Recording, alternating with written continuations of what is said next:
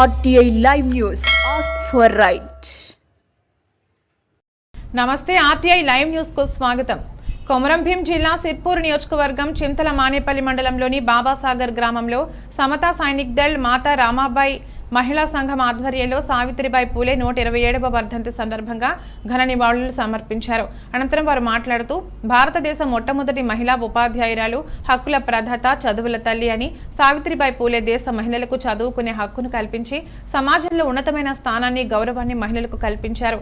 సావిత్రిబాయి పూలే ఆశయ సాధన కోసం ప్రతి మహిళ పాటుపడాలని సూచించారు. మహాత్మా జ్యోతిబా పూలే, సావిత్రిబాయి పూలే లేకుంటే ఈ రోజు మహిళల పరిస్థితి చాలా దుర్భరంగా ఉండుండేదని, ఎన్ని జన్మలెత్తినా పూలే దంపతుల రుణం తీర్చుకోలేమని అన్నారు.